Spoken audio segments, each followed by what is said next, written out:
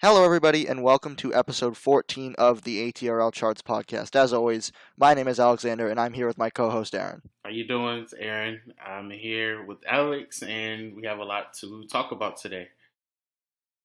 All right, awesome. So, I want to begin today's episode by continuing a discussion that we were just beginning to have at the end of last time. We were talking about album eras this year that we found underwhelming, and I mentioned G-Eazy, and I said that one of the reasons why I think G-Eazy is underwhelmed relative to my expectations is because he's somewhat faceless. In my opinion, he doesn't really have a defined image or sound, and while that might not make the biggest difference on radio, it could be one of the reasons why he has failed to really gain traction beyond a couple of singles. And so, my question is, what do you think is the best way for an artist to create a persona, to successfully differentiate themselves and become known beyond a couple of hits? Now, this is a question that A&R people have wrestled with for decades, trying to break artists. This is not a new question, but the answer has certainly changed over the years as we've entered the social media and streaming age. So I'm just curious to know what you think are the best ways for artists to really differentiate themselves in this climate. I think it's a lot of factors that go into that, into artists really finding their niche in, you know, connecting with fans and all of that. I think in this day and age, a lot of it, as you just mentioned, has a lot to do with social media presence. I mean, there are a lot of artists out here right now that gain traction through social media, and I think that's been one of the key points in how how artists and up and coming artists are connecting with their fans. You think back 15, 20 years ago, or even prior to that, artists really had to go out to small clubs, bars, venues, and perform in front of people that, may have never heard of them. And that's kind of how they built their fan base and how they kept going. But in this day and age, it's easier to just, be a social media presence and, uploading clips of yourself, rapping, singing, what have you. And that's how a lot of artists are, one, getting signed, so they're in the door that way. But to keep your name out there, I think a lot of it has to do with being, a person who's able to really connect in terms of their lyrics and their songs, and being able to just gravitate towards the, people who are going to buy their music, whether that be, the new generation, the younger generation, the older generation, or what have you, or whatever you're trying to go for. I think that's very important. And social media has done a really good job in pinpointing who's going to, last for, a few months, a few years, or decades to come. So I think that's one of the main reasons how artists are really able to connect, with their fan base, and how to build a fan base these days. Yeah, you bring up a couple of interesting points there, especially with regards to touring. Touring is actually still the most lucrative thing for an artist today, even if it might not be, the way that you get discovered anymore. It's more something you do after you've been discovered, and it's more something you do for your fans rather than to get new fans. But what you said about uploading, little short clips of you singing or rapping, that's exactly what we've seen with Vine and Musically, and we've seen a couple of viral stars come out of those platforms, and also a couple of stars who've kind of transformed into full-fledged pop stars like a Shawn Mendes. So it's a very interesting conversation to have. I mean, do you think that what matters most is posting a lot? Do you think it's posting one clip that goes viral? Do you think it's posting like a collaboration with some other artist that's big? I mean, what do you think is the key for an artist who's looking to break out on a platform like, well, Vine doesn't exist anymore, but if you're just trying to grow out of social media, like grow out of YouTube or grow out of Instagram, what's the best way to go about that, you think? Well, I think you just mentioned like collaborations, which is, very important these days if you want to really throw yourself out there to not only to the fans who already knows about your music or know about your music, but also into a broader sense of the what we like to call the general public, which is really important because you have a lot of new acts who are already YouTube stars or whatever. I mean, we can just go back to the example of Shawn Mendes, who was a Vine star, and then he got hits, and then he collabed with Camila Cabello, former member of Fifth Harmony, got a hit out of that. So I think that kind of raised his profile a bit, and he had, secured more hits after that too. So I think that's a good example of collaborating with artists who are already well known, or really, artists who also connect with the fans that you're trying to make as well. So I think he did a good job with that. Um, and then also, I mean, it's you kind of also have to think about the ways that artists used to do back in the day. It's like you have to sell yourself. Sometimes labels, they don't believe in you, so they're like, all right, well, I'm going to take this on my own and just do my own personal tour. I want to pay the money to rent out a couple venues here and there. Nothing big, like maybe a couple bars or whatever the choice of venue that they think they're going to attract the fans. And they just kind of do things on their own way, the traditional way. If the label is not going to, believe in them from the start, they're just going to go ahead and just kind of show the label, like, look, I have the drive. I'm going to do what I need to do to make myself known, not only to my fans, but also to a broader crowd of people who may also not know about me and will continue or will potentially be fans of mine. So I think that's probably another good way to just take it back to the textbooks, and just, get yourself out there and just kind of prove to your label that, hey, I can be a star, or potentially be a star. Yeah, and I think we see a version of that nowadays with kind of the SoundCloud rap scene. You've seen a lot of these independent rappers blow up without any label assistance, just recording their songs and putting them on SoundCloud and getting a lot of traction. Guys like Lil Pump or 21 Savage, XXX Tentacion, people that would probably be considered too edgy for the mainstream just a couple of years ago, too violent, too gory in some cases. Um, but SoundCloud is kind of a way to democratize music and really give audiences a say in who labels are going to sign. I mean, if you can put up the numbers, then it's hard for the labels to refuse. Lil Pump got signed by Warner for many millions of dollars. I mean, he was kind of like initially he put out a couple of songs that were almost like meme-like in their popularity. A lot of people were probably fans of them, quite ironically, but has manifested into a full-blown record deal. So, SoundCloud's a good example of what you're talking about. And I wanted to go back to what you said about the general public, which is really interesting because we're now in a time in the music industry where the radio and streaming audiences, as we've discussed, are very different. Um, and so you could argue that you need radio to really reach the general public, and you could argue otherwise. So it's interesting. I mean, if I was the manager for a new artist, it would be difficult for me to decide like how much effort do I want to expend in trying to get the songs on radio. How important is it really? And of course, it depends on each individual artist and the kind of music they're making, and it also depends on what kind of radio format you're targeting, whether that's pop or rhythmic or HAC. If you're targeting a fickle format or a format that's declining, a lot of factors going into how important radio promotion is, and it's different for each artist. I agree with that. And I think, I believe any form of promotion, whether it helps or doesn't help, I think it's good to test it out, because, if the people who listen to radio are going to be receptive to this new artist who is getting played, once every hour, then that's a great way to the label to say, all right, maybe this is a format that we are going to stick with and kind of go with. But if it doesn't work out, for a couple songs that a label may try to push at radio for this new artist, then label is probably going to say, we're not going to really focus too much on trying to have a presence on radio. Maybe we need to just focus our efforts more in the streaming front, where we can promote their songs to, Spotify, Apple Music, or whatever streaming platform of their choice they choose to use.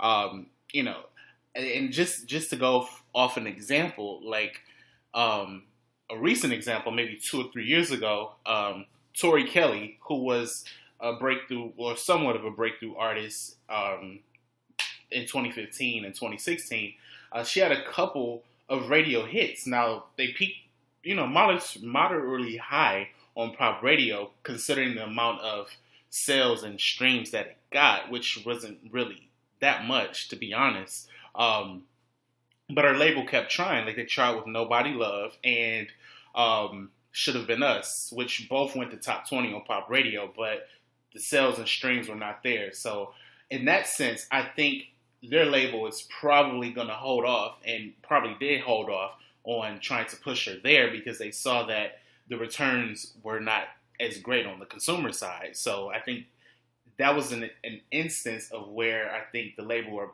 will probably focus their efforts somewhere else in terms of like, putting her out in like performances or exposure on television or, other forms of media where they may be testing to see if there is another audience out there for her. And this piece of a conversation can go for hours as to why she may not have made it through completely.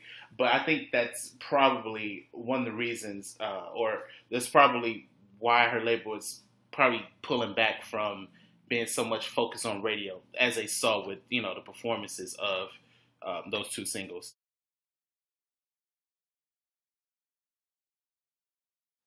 Yeah, and Tori Kelly is really just a terrific example of how the general public always has the last word. No matter how hard you push an artist, success is never, I mean, at least massive success is never something that's guaranteed or that you can take for granted. I mean, she was pushed on countless award shows, countless commercials. She still has a nationwide commercial that I'm seeing every week, and got really high budget, promos and music videos and the like. And yet, she just couldn't do anything remarkable on the charts. I mean, had a couple songs peak in the 50s, I believe, and then one that peaked lower than that. So it's it's tough. It's not easy to break an artist, and that's what A&R people have been doing for so long now. And it's just interesting to talk about it in the streaming era.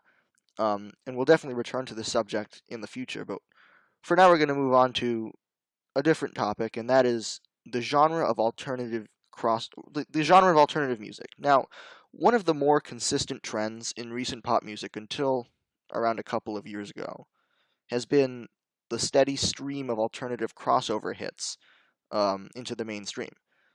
Of course, alternative is a marginalized genre by definition, but we've really seen that steady stream turn into a slow trickle over the last couple of years. We only had one, I would argue that we only had one real alternative crossover the entirety of last year, and that was Portugal the Man's Feel It Still. And I don't count Imagine Dragons music as being alt crossover anymore, because it takes off on pop and adult pop readily without alternative having to get behind it at all.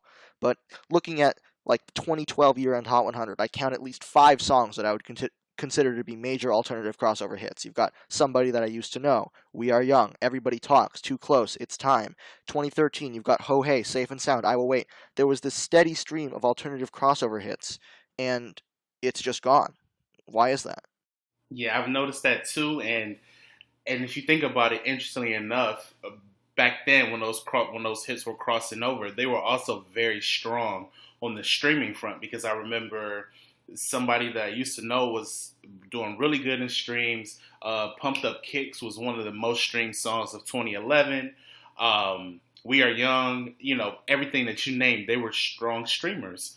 Now you fast forward to now where, everything that's dominating now is urban hip hop, and in some ways, not too much, but coming up R&B. So it kind of is interesting to see that mirror of what was being streamed the most 5 or 6 years ago to what's being streamed the most today. So I think that probably has a reason as to why a lot of songs from the alternative genre are not crossing over as much. And I do agree with the fact that Imagine Dragons doesn't really fit into that alternative pool anymore because their songs are pretty much taken off at the same time as they're being played on alternative radio. So can't really call that a crossover these days. But another reason why I think is because I think just in general, the taste of sound or the taste that the general public prefers these days is not really an alternative sound or, songs that are being played on that format. And it's very hard. Feel It Still, kind of came off and kind of just surprised us all because I didn't really think that would be a song that would smash given today's climate of music. So it was kind of a surprise to me. But I just think that the general taste of people's preferences have shifted since those days because, really, you can kind of lump alternative music in a way into like your your pop songs that you've had, back 5 or 6 years ago. They were all doing very well together. Now you have, the pure pop songs or dance pop songs not doing as well as they used to do, which, coincidentally enough, alternative songs are not really doing that, doing well either. Now, that's not to say that they're completely just, flopping, if you will. They're just not crossing over. So we don't want to confuse you guys with, flopping versus crossing over because those are two different things. Like, for example, Foster the People's new song, or I guess relatively new single, Sit Next to Me, I believe it is, did really well on alternative radio, but it got to the top 20 or near the top 20 on pop and it just kind of collapsed. So it's like, okay, what's going on? And then if you look at, the streaming numbers, again, it's not really doing well there. So again, it's just, I believe it's just a taste of what the general public prefer these days. Because if this was a song back in 2012, I have no doubts that it probably would have gone top 10, but it barely, or I think it may have gone top 40 on the Hot 100 or barely missed it. But yeah, I mean, that's a pretty big difference. So yeah, that's pretty much what I think my theory.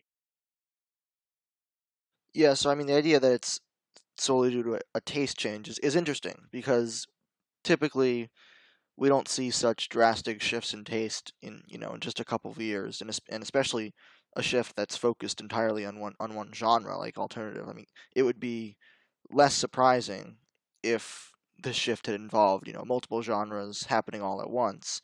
And I guess you could argue that it's kind of happened with rock too, seeing as how rock radio has really lost prominence over the last few years. So like a general trend away from alt rock. Um, I won't really get into the cultural factors as to why that is because we're a charts podcast and not like a general public. We're not like we're not like a podcast that covers that kind of stuff, but it is interesting to think about. And another genre that I think is in an interesting place at the moment is EDM, dance music. Now, EDM has been a constant on radio pretty much the entire decade, and it really had its moment in the spotlight. Over the first few years of the decade, we had people like David Guetta making it big, Calvin Harris a little bit later. He's still getting radio hits. The Chainsmokers recently had a massive 2016, a big 2017, and kind of fell off a cliff. So, my question is EDM really heading toward any kind of specific sound here? Is it trending anywhere? Is the relative collapse of the Chainsmokers indicative of anything larger? Or is EDM going to just keep getting played on radio over and over again? It's a good question because honestly, I don't think it's completely dead, or I don't think it's really fading much. And if you think about, speaking specifically on the Chainsmokers, Roses was their breakthrough hit, even though they had Selfie a few years prior to that. But Roses was their breakthrough hit. It was definitely EDM driven. Even, for example, Don't Let Me Down, Closer, and then they followed up with Paris and Something Just Like This, literally just a year ago. So they were definitely on trend. I think they kind of molded into a sound. Um, they just happened to, I think, really fill a void that was not there because you didn't really have a lot of the EDM, I guess, super artists present, like your Calvin Harris's or your David Guetta's or even like your Zed. So I think they were kind of filling a void at the moment. Again, I don't think it's completely dead because we're going to see these EDM driven hits kind of, come and go over time. But I think it's really starting to, we're starting to see like maybe a slow, a slow decline, but I don't think it's going to completely die off. I mean, we just had also The Middle, which was a huge hit this year. And then last year we had Stay with I'm sorry, I'm losing it. Zed and Alessia Cara. So again, that just goes to show that people are still here for them or here for EDM in general. Now with the Chainsmokers, I guess going back to their popularity and how they've kind of just completely crumbled. Honestly, I don't. I think that has more to do with the fact that they were collaborating with artists who really brought their songs to life. I mean, not to take away from the production value, because I think all their songs or most of their songs are pretty catchy and easy to listen to. But it's kind of coincidental that when they started to, put their own vocals in their songs, then they kind of started to decline, if you will. So I don't know if they may go back to having, artists, like female artists, sing the majority of their songs, like Roses did for Roses, and Daya did for Don't Let Me Down, and Halsey did for Part of Closer. I don't know if they're going to go back to that trend and see if they have a push in popularity, but it's just coincidental that, when they had the song called, I can't remember the name of the songs, but the songs that they put out this year, with just their vocals and their productions, the public was not receptive to that. So, in a sense, I don't think EDM is completely dead, but I think that their popularity has died off partially because of the fact that they may have, stopped featuring female vocals or just, other vocalists on their songs. So that could be a possibility. Yeah, so a couple of really interesting points that you made there. I mean, I want to start with the features, lack of features. It's funny because the features that they did have on their singles were just as obscure as they were. Roses and Dea were not really were fairly unknown artists prior to their singles with the Chainsmokers, but I think you might be right that in those cases the whole was more than the sum of their parts. You had a song that came together that brought the Chainsmokers and Roses together that really benefited both of them more than they could have ever done so individually. And the same goes with Don't Let Me Down, and you could argue the same for Closer, even though Halsey was more established than Roses and Dea were. And I also, you made me think of their release strategy, and really the release strategy of a bunch of EDM artists is that they kind of just release singles when they're ready. The Chainsmokers never meant to make a proper album. I know they released one, but they specifically said when they were first blowing up that they didn't have plans to release albums, to go on an album schedule like most artists signed to major labels do. They never had that plan, and they only made their album to placate fans who were begging for it. And this release strategy of just kind of putting out a couple singles every couple of months and hoping that they stick on radio and they stick on streaming. Did that have anything to do with it? I mean, it didn't have anything to do with it. It didn't like it's worked for some people. Zed, for example, you mentioned the middle. Zed had never released an album last year. He had a big hit with Stay last year. He's had a big hit with the middle this year. Those are just standalone singles. They don't have any projects attached to them. They stay for the longest time. I mean, did it even get a video? I can't even recall if it got a video.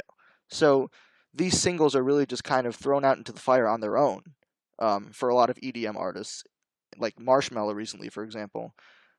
Friends was kind of just tossed out there, and now it's doing well. But I'm just wondering if the release strategies of these artists have anything to do with the state of the genre, something that right now the genre is something that is really big on radio, kind of fluctuates from being moderately big to moderate on streams, but never seems to come up with massive number one smashes.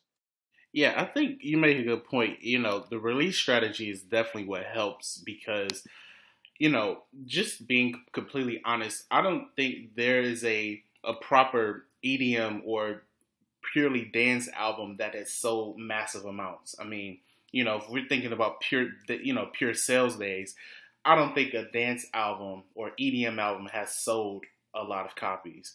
The general public, normally uses songs, just singles, by EDM artists. I mean, Zed, perfect example. David Guetta, he's a great example. Now, his album may sell well overseas, in France and in other European countries, but here in the U.S., when he had the era, Nothing But the Beat back in 2011, he had a string of hit singles that was Without You by Usher, Turn Me On by Nicki Minaj, and then Titanium by Sia. Those songs did really well. But if you think about the album sales, I don't think the album ended up going past 500,000, which back in 2012, that's pretty bad. I mean, if that was now, that would be a smash.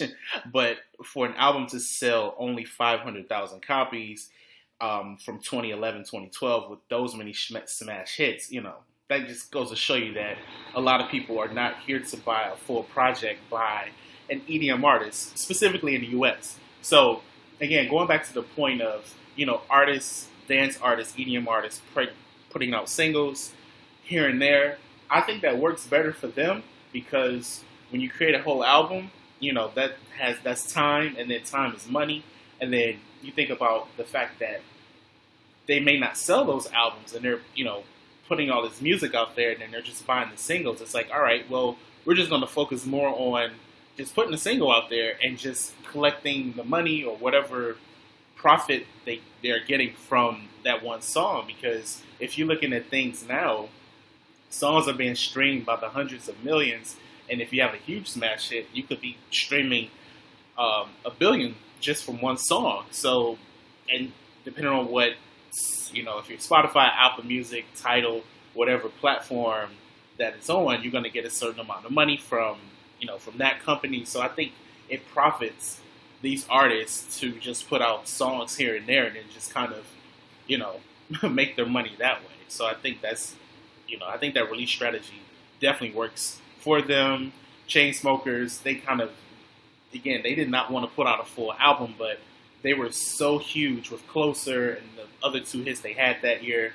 They were probably forced by their label to kind of just put out an album just to see how it would do, which, I mean, they're doing well for their standards. But do I think they're going to release another album? Probably not. I think they'll probably stick with just releasing singles here and there, or even going back to the days where they just released EPs, which just had, 4 or 5 songs on there, and then just, call it a day on that. So I think that's what's going to happen with them. And of course, one of the advantages of not doing full-on album campaigns is that it's really great for your budget. I mean, you don't have to go all out on an album campaign. You're saving a lot of money there, even if you're still focusing a lot of energy on pushing, one single to radio and to streaming and really trying to make it happen. Which I think that one of their singles that they released earlier this year, "Sick Boy," I think it did actually get a decent amount of streaming promo and kind of a little push at radio and a video along with it. So it wasn't like they were completely left behind by the label in any way, shape, or form. They're still making a lot of money. I just saw the Billboard top 50, money makers of last year, and they were comfortably on that list. They make a lot of money from touring, so their budgets definitely don't need helping, but that strategy certainly does help a budget. And another point that I want to make is that I think that EDM is becoming the new pop in terms of being the less offensive, kind of less edgy genre that people can just put on unapologetically at a lot of different situations, like a workplace, maybe a casual workplace, or like, a doctor's office, or on the radio, or at a gathering. Pop girls are, like it or not, going out of style, and I think EDM kind of provides a nice replacement for people who are looking for kind of music that everyone will kind of nod their head to and get along with, not be offended by. And that's why you see it still. That's why you see EDM still, really prospering on radio. A song like "The Middle," highly inoffensive, pretty much appropriate for any, gathering or any situation that's not, incredibly serious. And I think that for pop to remain relevant, it needs to update its sound to be, a little bit closer to EDM, maybe borrow from it a little bit, like how rap had to survive in the early parts of this decade by borrowing from pop and dance. The same thing might have to happen with pop now. Yeah, and I agree. I mean, look at a lot of, well, not necessarily a lot, but then there are a lot of artists who are transitioning to collaborating with, EDM artists to see where they go. More recent example, Dua Lipa, hope I'm saying her name right.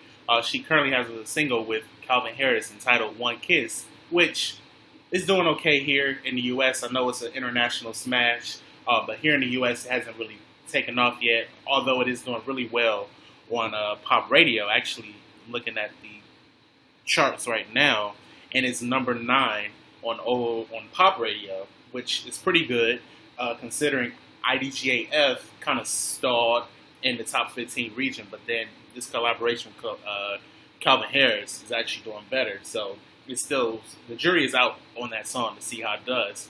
Um, but again, it may help for some of these artists to collaborate with EDM artists to kind of see where they fit in that realm.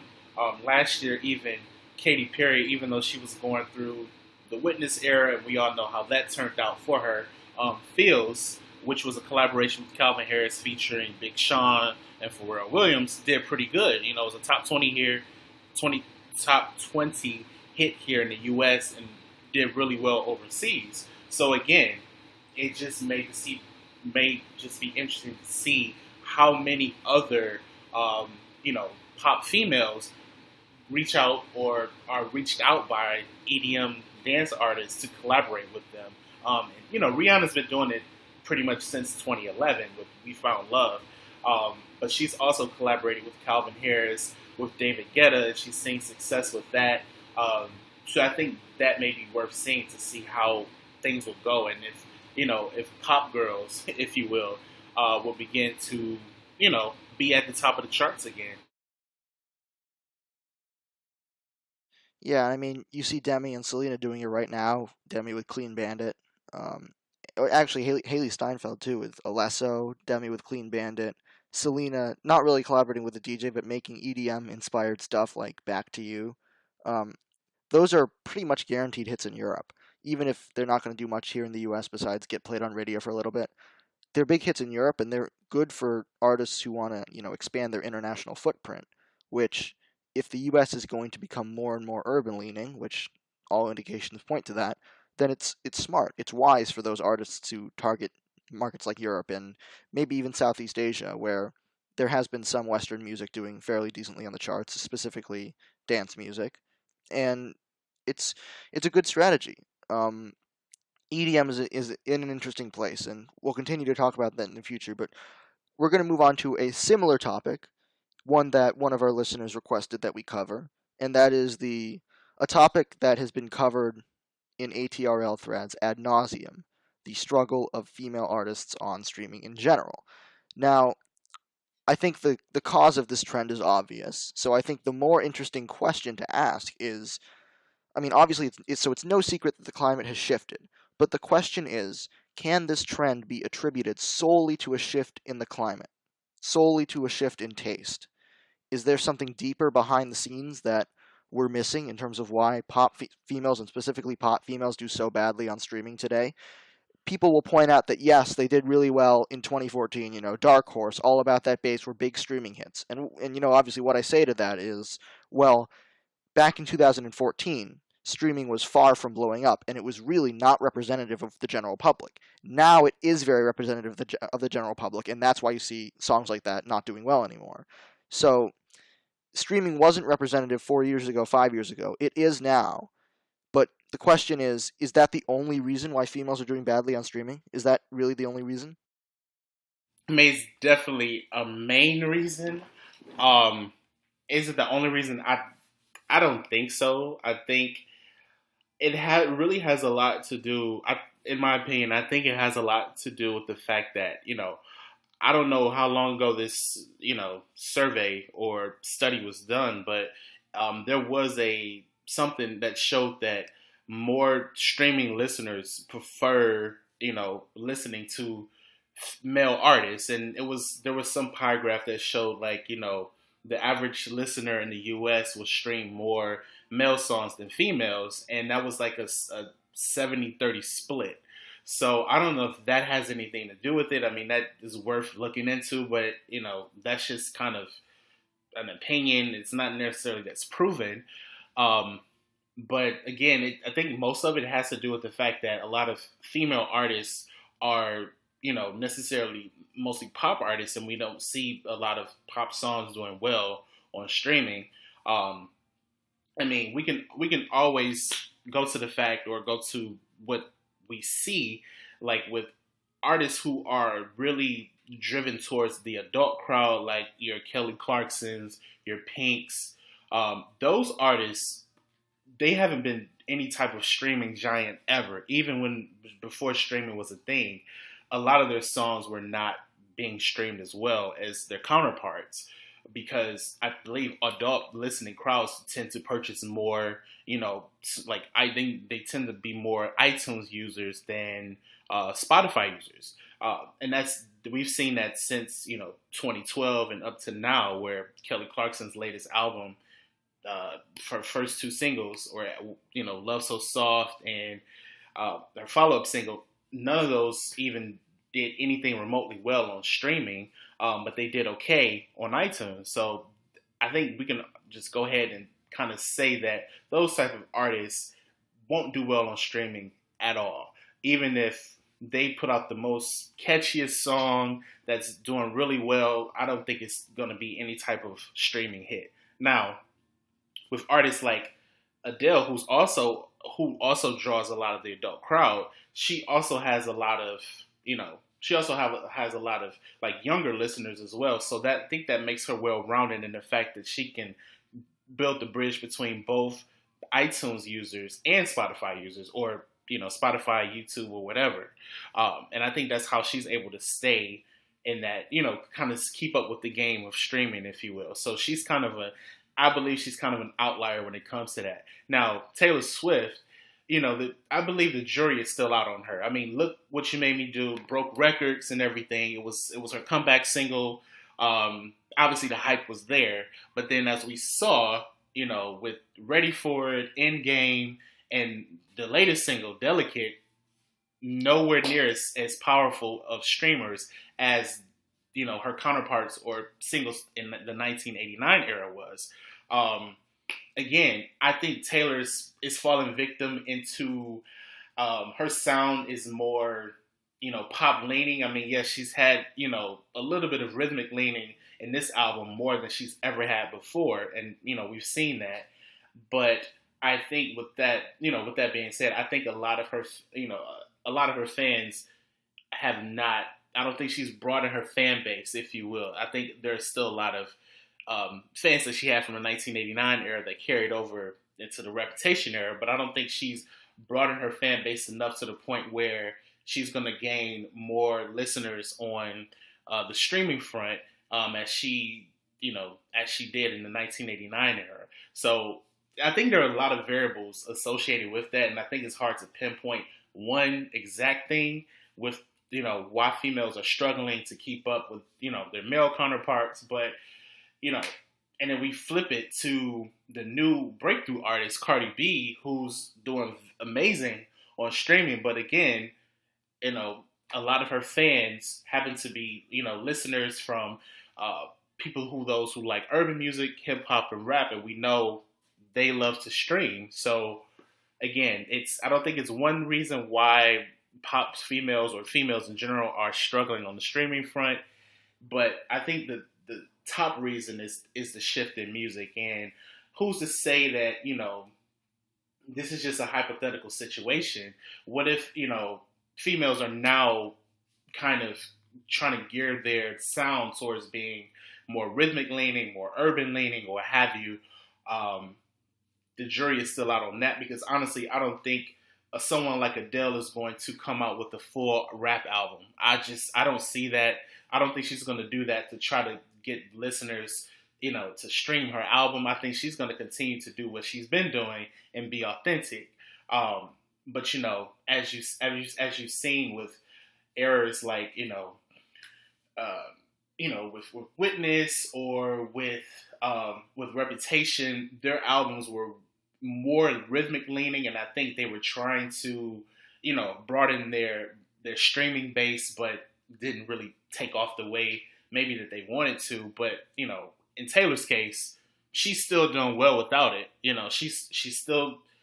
She has a hit. Delicate is probably going to go top 10 in the next couple weeks or so. And, I think that her label's okay, and she's okay with the fact that she's not going to, pull in massive streams, because, radio's always going to be on her side, almost. But for the most part, radio is going to be on her side. And once you have that, I think the artist and the label may not care as much as putting too much effort in, pushing the songs on Spotify, because they know that radio is going to be behind them, and then they're going to have a good amount of sales to get out these hits.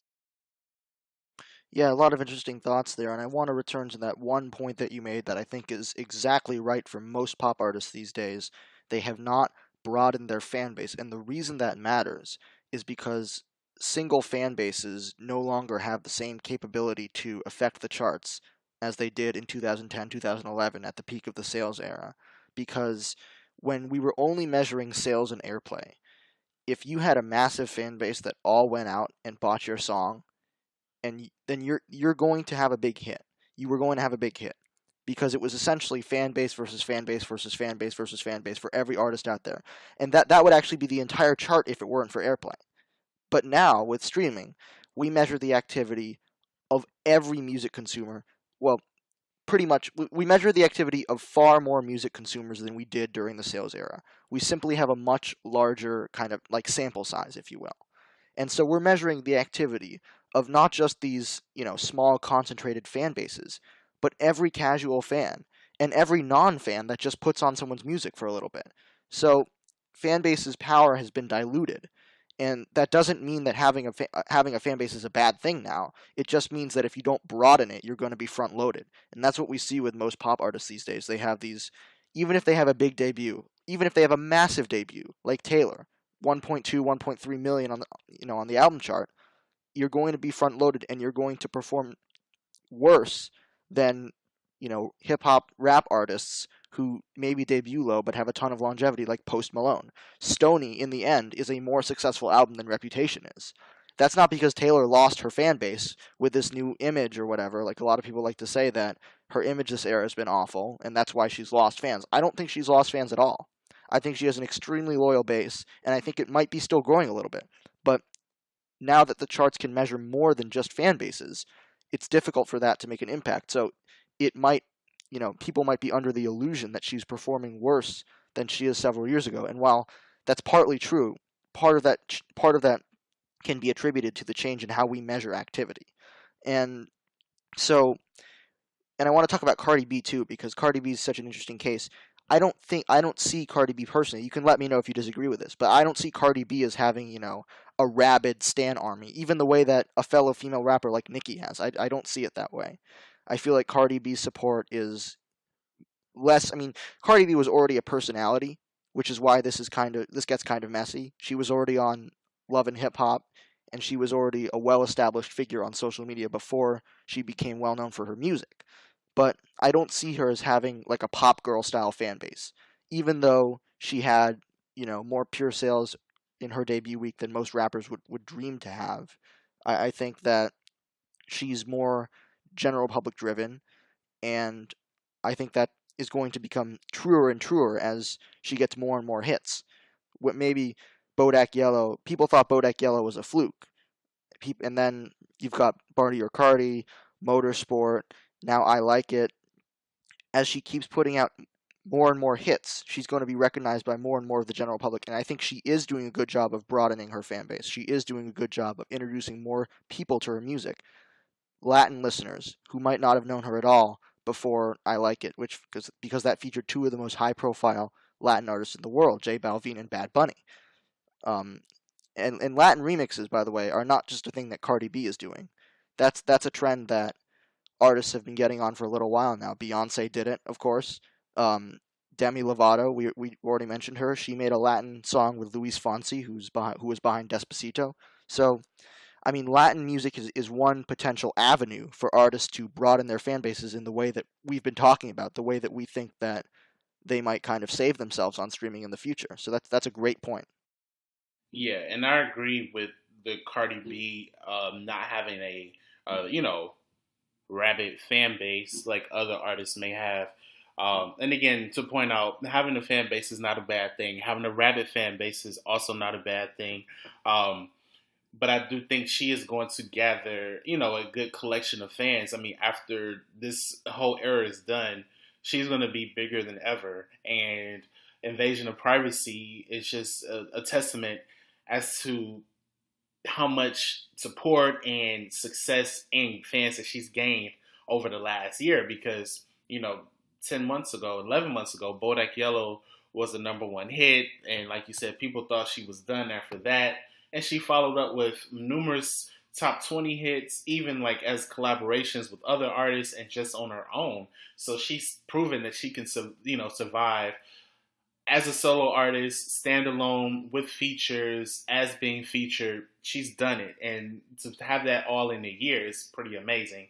And just to point out, like you said, she collaborated with J Balvin and Bad Bunny, and that song just went number one on urban radio, which again is very surprising to me because most of the song is in Spanish, and for that to top a radio format that pretty much is all English, that's also a testament to the fact that she is definitely reaching, pushing boundaries, if you will, to areas that some artists dream of, and it's a testament as to how far she's come over the last year. So I think that she will be fine with her next album. I don't think she's going to have any problems, falling victim to females doing bad on streaming.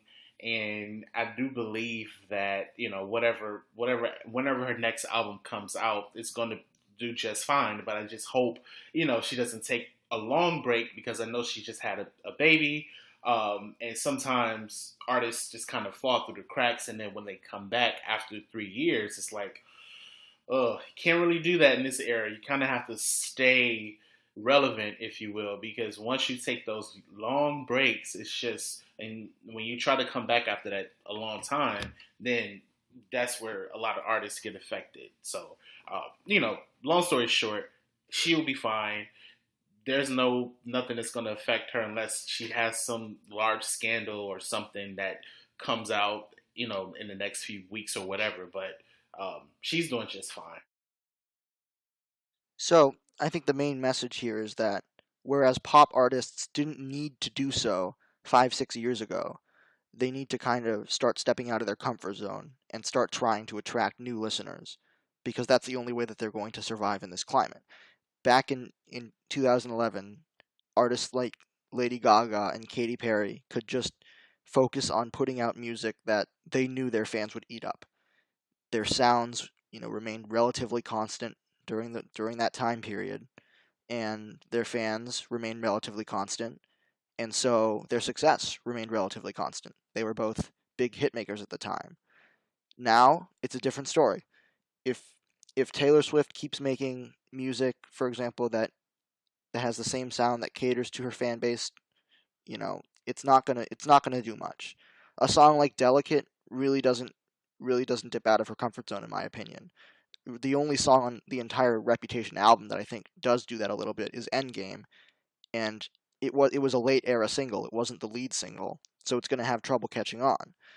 I think you're going to see artists try and kind of release more experimental, braver singles, especially as lead singles. So that's what you should watch for, I think, if you're watching for pop artists trying to kind of survive and evolve. You want to watch for pop artists who are releasing really kind of out there singles as their lead singles, because that I think is probably the best bet that you can make on a pop artist these days. I don't think anything safe is going to work. You look at HAC, which has traditionally been the safest radio format. I mean, you can predict what goes on there. I mean, you can predict, like, if you know an artist has been successful on HAC in the past, if they release a single, 9 times out of 10, it's going to be successful on HAC radio. But you look at the artists that have traditionally thrived on that format, and with the exception of Maroon 5, which seems like immune to practically every change in the music industry imaginable, they really have been nowhere. Like, think of people like Train, One Republic. Where have they been? I mean, and these are exactly the kinds of artists who are just releasing safe music. I mean, at some point, something has to change. And that's, yeah, you're right. I mean, you just mentioned a great example. Maroon Five have, and I'm not being shady or anything, but it's just true. They have been on trend every year they've put out music this decade. They have been on trend with everything that's been on radio. Back in 2012, they released Payphone, which was one of their first major pop rap collaborations, and was a huge hit with Wiz Khalifa. You fast forward about 2 years later, they're in trend with a lot of the sounds that were in back at that time, with Max Martin and Shellback, who were huge pop producers. And then now you have them collaborating with the likes of Kendrick Lamar, Future, SZA, and now Cardi B. So again, like we just mentioned a few minutes ago, they're trying to widen their fan base by collaborating with these artists who are known to pull in draws on the streaming side, like obviously Kendrick Lamar, Cardi B, Future, and now they have a huge hit with "Girls Like You," which is potentially going to maybe be somewhere in the top three, which is actually it's already in the top three on the Hot 100. It could potentially be a number one, but Drake is in the way, which we've already discussed. He's going to be very dominant this summer, but still, it just shows that Maroon 5, they know how to research well. They know how to fit into that mold and kind of, stay in trend with, their sales. They had huge sales back in the day. And now they're getting, really pretty good streams now because they know what works well for their fans and they know what works well outside of just their fan base, which is the general public who's going to do more consumption than just their fan base. So again, they have just like Cardi B, Maroon 5 really has nothing to worry about because I don't really think they've put out a lot of, like, if you will, underperforming. Well, that's different, but they haven't put out a lot of flop songs this decade. I mean, I can think of a couple, but if you think about the number of hits they put out versus the number of flops, those number of hits are going to be way larger than the flops that they've put out. So again, they know how to stay within the trends, which helps them. Yeah, and I think one of the reasons why Maroon 5 have been specifically so successful over the years is that they kind of embody the principle of universal appeal that I was referencing earlier when I was talking about how EDM music might become the new pop in terms of having that universal appeal, ability to play it anywhere. Maroon 5 really embody that. Their songs are rarely explicit, they're rarely, really long, really short, they're rarely unpredictable, they're rarely not catchy, they're rarely not, like they they epitomize kind of the, I don't want to say bland. I know a lot of people would like to say bland, but I don't want to say bland because I honestly don't agree with that. I think Maroon 5's music is just very, I guess, you know, standard in terms of its format and in terms of its content. I don't think that necessarily makes it bland because I think a lot of people enjoy every once in a while listening to just standard kind of music. I know that's a kind of a weird phrase to say, but I think it's the truth, and I think it's one of the reasons why they've been so successful. You wonder if others can replicate that. It might sound easy to write a generic pop song that does really well, but it's actually not. A lot of pop songs through the years have been just as generic as Maroon 5 and have flopped horribly. So it's not. I mean, I'm not saying that Maroon 5 has a special sauce or anything like that. That they do something that nobody else can do. It's just that they're doing something that nobody else is doing. Exactly. And with that, I just think that if there are other artists out there that are taking notes, then they're probably looking at how Maroon 5 have been able to, I guess if you will, stand the test of time to put out these hits. And, I don't think a lot of artists are going to take heed to that because maybe when they do, it's going to be too late, and then there's going to be another trend or something else that people are hopping on, and then they get left behind in the dust once again. Um, but they play the game very well, and that's how they've been able to maintain a lot of their success over the last few years. And they've been in the game for 15 years now, so they're probably one of the most consistent hit makers of our time. I mean, besides other artists as well, but specifically Maroon 5, they've been able to adapt, and um, it's going to be harder. When you try to get into one thing that's a regular pattern or a trend, and then you try to hop on that, and by the time someone tries to get in trend with that, there's going to be something else completely going on. So it'll be worthwhile to see how that plays out. All right. Well, I think that just about wraps up our topics for today. Um, we'll cover a few more that we were going to cover today next time. And of course, if you have any questions for us, make sure to post them in the ATRL Charts podcast thread, which will be bumped when this podcast is posted, so you'll be able to see it, know where it is. Um, Ask any and all questions. We're willing to answer pretty much any question that you want to ask regarding charts, the music industry in general, a specific artist, a specific song, a specific genre, a specific idea, streaming services, radio. There are pretty much no limits as long as it stays within the realm of the industry. So ask us your questions. We love hearing from you. And thanks so much for tuning into this episode, everybody. All right, thanks.